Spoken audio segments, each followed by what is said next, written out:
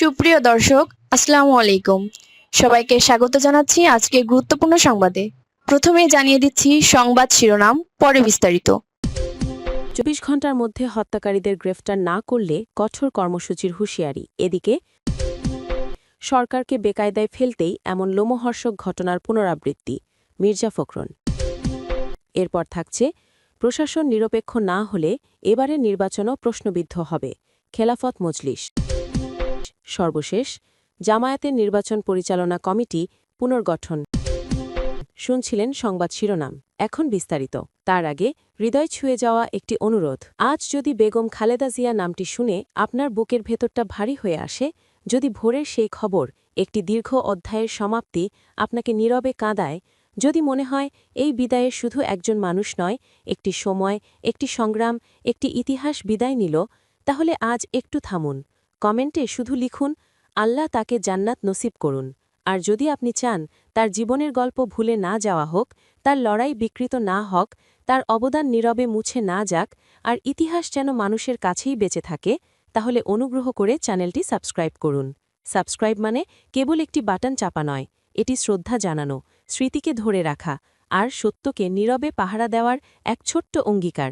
চলুন নীরব না থেকে বিস্তারিত জেনে নিই। ২৪ ঘণ্টার মধ্যে হত্যাকারীদের গ্রেফতার না করলে কঠোর কর্মসূচির হুঁশিয়ারি। আগামী ২৪ ঘণ্টার মধ্যে স্বেচ্ছাসেবক দলের নেতা আজিজুর রহমান ওরফে মুসাব্বিরের হত্যাকারীদের গ্রেফতার করা না হলে কঠোর কর্মসূচির হুঁশিয়ারি দিয়েছে জাতীয়তাবাদী স্বেচ্ছাসেবক দল। আজ বৃহস্পতিবার দুপুরে নয়াপল্টনে বিএনপির কেন্দ্রীয় কার্যালয়ের সামনে আজিজুরের জানাজার আগে দলটির জ্যেষ্ঠ সহসভাপতি ইয়াসিন আলী ও সহসভাপতি ফখরুল ইসলাম কর্মসূচি ঘোষণা করেন। তারা হত্যাকারীদের গ্রেফতারের দাবিতে শনিবার ঢাকা মহানগর সহ সারা দেশে মহানগর ও জেলায় বিক্ষোভ কর্মসূচি ঘোষণা করেন। এর মধ্যে হত্যাকারীদের গ্রেফতার করা না হলে স্বেচ্ছাসেবক দল কঠোর কর্মসূচি দেবে বলে হুঁশিয়ারি দেন নেতারা। গতকাল বুধবার রাত 8:30টার দিকে রাজধানীর তেজতুরি বাজার এলাকায় স্বেচ্ছাসেবক দলের ঢাকা মহানগর উত্তরের সাবেক সদস্য সচিব আজিজুর রহমানকে সন্ত্রাসীরা গুলি করে। তাকে উদ্ধার করে পাশের একটি হাসপাতালে নিলে চিকিৎসকেরা মৃত ঘোষণা করেন। বৃহস্পতিবার আজিজুর রহমানের স্ত্রী সুরাইয়া বেগম অজ্ঞাতনামা ব্যক্তিদের আসামি করে তেজগাঁও থানায় একটি হত্যা মামলা দায়ের করেছেন। পূর্ব ঘোষণা অনুযায়ী বাদজোহর নয়াপল্টনে বিএনপির কেন্দ্রীয় কার্যালয়ের সামনে আজিজুর রহমানের মরদেহ আনা হয়।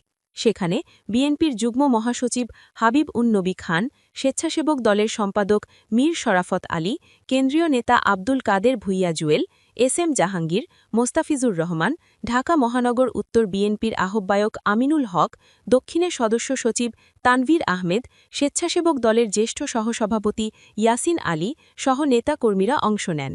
জানাজার আগে সংক্ষিপ্ত বক্তব্যে বিএনপির যুগ্ম মহাসচিব হাবিব নবী খান বলেন, অনতিবিলম্বে এই হত্যাকাণ্ডের পেছনে যারা জড়িত তারা যারাই হোক, তাদের গ্রেফতার করে বিচারের কাঠকড়গায় দাঁড় করাতে হবে। সরকারের উদ্দেশ্যে হাবিব নবী খান বলেন, আমাদের সহকর্মীরা ২৪ ঘণ্টা সময় দিয়েছেন। আমরা আশা করব এই সময়ের মধ্যেই হত্যাকারীদের গ্রেফতার করতে হবে। তা না হলে ধরে নেব আপনাদের আন্তরিকতায় কোনো ঘাটতি আছে, অথবা আপনারা পারবেন না। তাই সরকারকে বলব, কার্যকর ব্যবস্থা গ্রহণ করুন। ঢাকা মহানগর উত্তর বিএনপির আহ্বায়ক আমিনুল হক বলেন, একটি মহল নির্বাচন বানচাল করার জন্য হত্যাকাণ্ড সংগঠিত করছে। মুসাব্বির একজন সাহসী সৈনিক ছিলেন। শত শত মামলা, নিপীড়ন সহ্য করেছেন, কিন্তু রাজপথ ছাড়েননি। আমরা মনে করি মুসাব্বিরের হত্যাকাণ্ড নির্বাচন বানচালকারীদের চক্রান্তের অংশ। উদ্দেশ্য একটাই, দেশকে অস্থিতিশীল করা। আমাদের অবশ্যই এ ব্যাপারে সজাগ থাকতে হবে। এদিকে সরকারকে বেকায়দায় ফেলতেই এমন লোমহর্ষক ঘটনার পুনরাবৃত্তি, মির্জা ফখরুল। ঢাকা মহানগর উত্তর স্বেচ্ছাসেবক দলের সাবেক সাধারণ সম্পাদক আজিজুর রহমান ওরফে মুসাব্বির হত্যাকাণ্ড প্রসঙ্গে বিএনপি মহাসচিব মির্জা ফখরুল ইসলাম আলমগীর বলেন, সরকারকে বেকায়দায় ফেলতেই এ ধরনের লোমহর্ষক ঘটনার পুনরাবৃত্তি ঘটানো হচ্ছে। বিএনপির মহাসচিব বলেন, দেশে পরিকল্পিতভাবে অস্থিতিশীলতা তৈরির অপচেষ্টা চলছে, যার নির্মম বহিঃপ্রকাশ এ হত্যাকাণ্ড।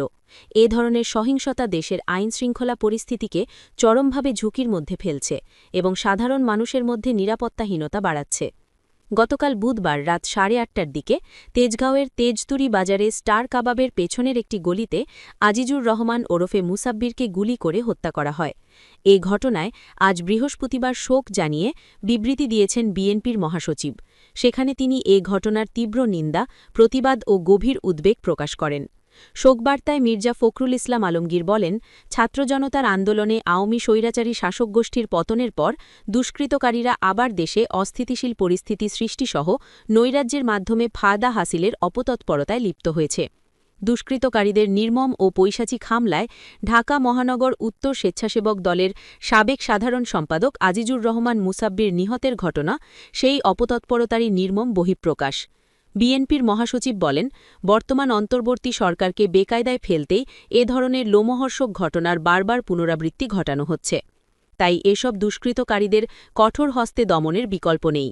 গণতন্ত্র ও মানুষের ভোটের অধিকার প্রতিষ্ঠাসহ দেশের মানুষের জানমাল রক্ষায় দলমত নির্বিশেষে সব শ্রেণী পেশার মানুষকে ঐক্যবদ্ধ থাকতে হবে। নইলে ওত পেতে থাকা আওয়ামী ফ্যাসিস্টদের দোসররা মাথাচাড়া দিয়ে দেশের অস্তিত্ব বিপন্ন করতে মরিয়া হয়ে উঠবে। মির্জা ফখরুল বলেন, এ ধরনের সহিংসতা দেশের আইনশৃঙ্খলা পরিস্থিতিকে চরমভাবে ঝুঁকির মধ্যে ফেলছে এবং সাধারণ মানুষের মধ্যে নিরাপত্তাহীনতা বাড়াচ্ছে। রাষ্ট্রকে অস্থিতিশীল করার যে কোনো অপচেষ্টা কঠোরভাবে প্রতিহত করতে সবাইকে ঐক্যবদ্ধ থাকার আহ্বান জানান তিনি। শোক বিবৃতিতে বিএনপি মহাসচিব আজিজুর রহমান মুসাব্বিরকে হত্যাকারী দুষ্কৃতকারীদের অবিলম্বে গ্রেফতার ও দৃষ্টান্তমূলক শাস্তির জোর দাবি জানান। পাশাপাশি তিনি নিহত আজিজুরের রুহের মাগফেরাত কামনা করেন এবং শোকসন্তপ্ত পরিবার পরিজনের প্রতি গভীর সমবেদনা জানান।